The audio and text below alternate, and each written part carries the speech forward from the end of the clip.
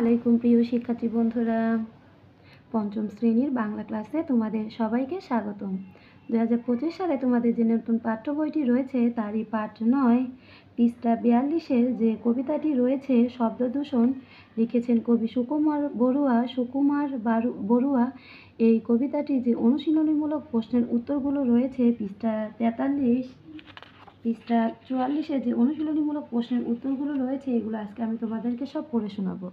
তার আগে কবিতাটি আমরা পড়ে শোনাই। দেখো, শব্দ দূষণ সুকুমার বড়ুয়া। গরু ডাকে, হাঁস ডাকে, ডাকে কবুতর, গাছে ডাকে শত পাখি সারাদিন ভর।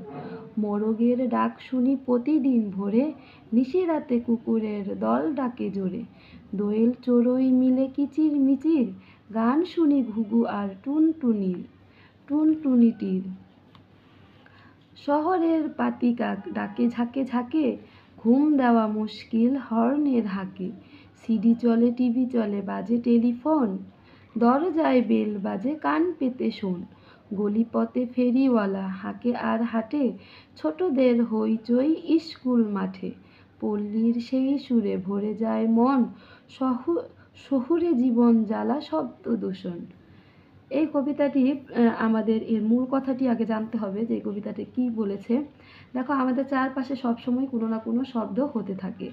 বিশেষ করে দেখো, শহরে গ্রামেও শব্দ শোনা যায়, তবে তা মধুর শব্দ।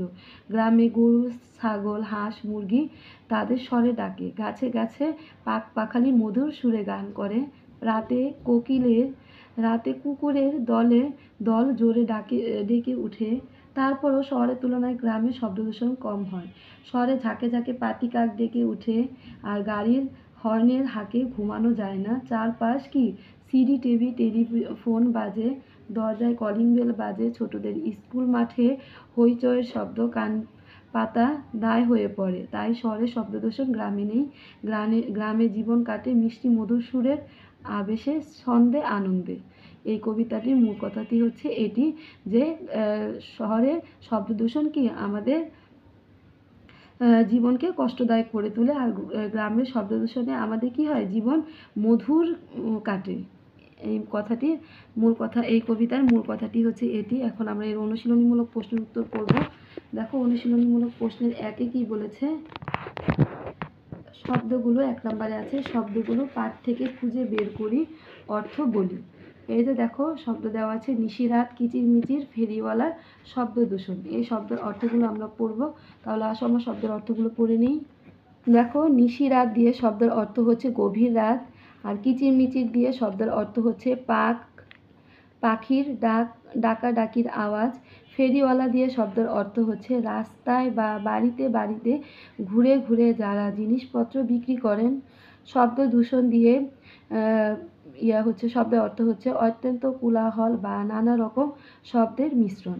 এরপরে দেখো, 2 নম্বরে বলেছে ঘরের ভিতরে শব্দগুলো খালি জায়গায় বসিয়ে বাক্য তৈরি করি। এই যে ঘরের ভিতরে যে শব্দের অর্থগুলো রয়েছে, এই শব্দের অর্থগুলো দিয়ে এই যে খালি জায়গা রয়েছে, খালি জায়গায় শব্দগুলো লিখে আমাদের বাক্য তৈরি করতে বলেছে। তাহলে আসলে আমরা একটু পড়ে নিই। দেখো, এই যে 2 নং প্রশ্নের উত্তর, এই যে চেঁচামেচি করো না সবাই ঘুমাচ্ছে, ঢ্যাস চেঁচামেচি করো না সবাই ঘুমাচ্ছে। ক নাম্বার, এই ঢ্যাসে হবে নিশিরাত। এরপর দেখো, ভোরবেলাতেই পাখি ঢ্যাস শুনতে শুনতে আমার ঘুম ভাঙে। এখানে ঢ্যাসে হবে কিচিরমিচির, ভোরবেলাতেই পাখির কিচিরমিচির শুনতে শুনতে আমার ঘুম ভাঙে। এরপরে ঢ্যাস হাঁক দিচ্ছে, ঢ্যাস থালা বাসন চাই, ফেরিওয়ালা হাঁক দিচ্ছে, এরপরে কি থালা বাসন চাই। এরপরে দেখো, ঢ্যাস আমাদের শোনার ক্ষমতা কি কমিয়ে দেয়, শব্দ দূষণ আমাদের শোনার ক্ষমতা কি কমিয়ে দেয়। এই ঢ্যাসে হবে কি শব্দ দূষণ। এরপর দেখো, 3 নম্বরে কিছু প্রশ্নের উত্তর দেওয়া আছে। 3 নম্বর বলেছে নিচের প্রশ্নগুলোর উত্তর বলি ও লিখি। এখানে ক, খ, গ, ঘ 4টি প্রশ্নের উত্তর দেওয়া আছে। প্রশ্নের উত্তরগুলো আমি তোমাদেরকে পড়ে শোনাচ্ছি। ক নম্বরে বলেছে কবিতায় কোন কোন পশু ও পাখির কথা বলা হয়েছে। উত্তর, শব্দদূষণ কবিতায় নানা পশু ও পাখির কথা বলা হয়েছে, সেগুলো নিচে দেওয়া হলো। পশুর নাম গরু, কুকুর, আর পাখির নাম রয়েছে হাঁস, কবুতর, মোরগ, দোয়েল, চড়ুই, ঘুঘু, টুনটুনি, পাতিকাক। এই পশু পাখির নামগুলো আমাদের কবিতায় দেওয়া হয়েছে। খতে বলেছে শহরে কী কারণে শব্দ দূষণ হয়? উত্তর, শহরে নানা কারণে শব্দ দূষণ হয়, যেমন ঝাঁকে ঝাঁকে পাতি কাকের উচ্চ স্বরে ডাকে, গাড়ির হর্নের শব্দ, সিডি, টিভি, টেলিফোন, দরজার বেল, ফেরিওয়ালার ডাকের শব্দ, বিদ্যালয়ের মাঠে ছোটদের হইচই ইত্যাদি। গতে বলেছে কুকুরের ডাক আর পাখির ডাকের মধ্যে কোনটি তোমার ভালো লাগে কেন? উত্তর, কুকুরের ডাক আর পাখির ডাকের মধ্যে পাখির ডাক আমার ভালো লাগে। ভালো লাগার কারণটা এখন পড়ব। দেখো, ভালো লাগার কারণ, পাখি গাছের ডালে বসে মনের সুখে কিচিরমিচির শব্দ করে, এই শব্দ শুনে আনন্দ পাওয়া যায়। তাছাড়া পাখির ডাক কানে শুনতেও ভালো লাগে, শব্দ দূষণও ঘটায় না। পাখির ডাক এক ধরনের সুর থাকে যা আমার মনে আনন্দ এনে দেয়। এসব কারণে পাখির ডাক আমার কি ভালো লাগে। ঘতে বলেছে গ্রামের মানুষ কেন পাখির ডাক শুনে ঘুম থেকে ওঠে? উত্তর, গ্রামে দিনের বেলা প্রায় সময়ই নানান পাখির ডাকের শব্দ শোনা যায়। এগুলোর মধ্যে মোরগ, হাঁস, কবুতর, দোয়েল, চড়ুই, ঘুঘু, টুনটুনি অন্যতম।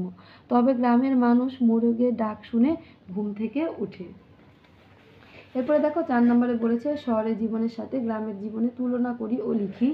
দেখো, এখানে কিছু বিষয়বস্তু দিয়েছে। এই বিষয়বস্তু থেকে আমরা শহরের জীবন ও গ্রামের জীবনে কি কি লেখা যায় দেখো, এগুলো লিখবে তোমরা। পরিবেশ কি? শহরের পরিবেশ হলো যান্ত্রিক আর গ্রামের জীবন হচ্ছে প্রাকৃতিক। আর শব্দ হচ্ছে শহরের জীবনে শব্দ দূষণ ঘটে, আর গ্রামের জীবনে শব্দ দূষণ ঘটে না। রাস্তাঘাট, শহরের রাস্তাঘাট হচ্ছে কি পাকা ও প্রশস্ত, আর গ্রামের রাস্তাঘাট হচ্ছে কাঁচা ও সংকীর্ণ। জীবনযাত্রা, শহরের জীবন হচ্ছে ব্যয়বহুল ও কঠিন, আর গ্রামের জীবন হচ্ছে খরচ কম ও সহজ। হাট বাজার শহরের জীবনে বেশি আর গ্রামের জীবনে কম। তারপর 5 নম্বরে বলেছে দেখো, কথাগুলো বুঝে নেই। এই যে কথাগুলো আমাদের বুঝে নিয়ে পড়তে বলেছে, তোমরা এগুলো পড়ে নিবে।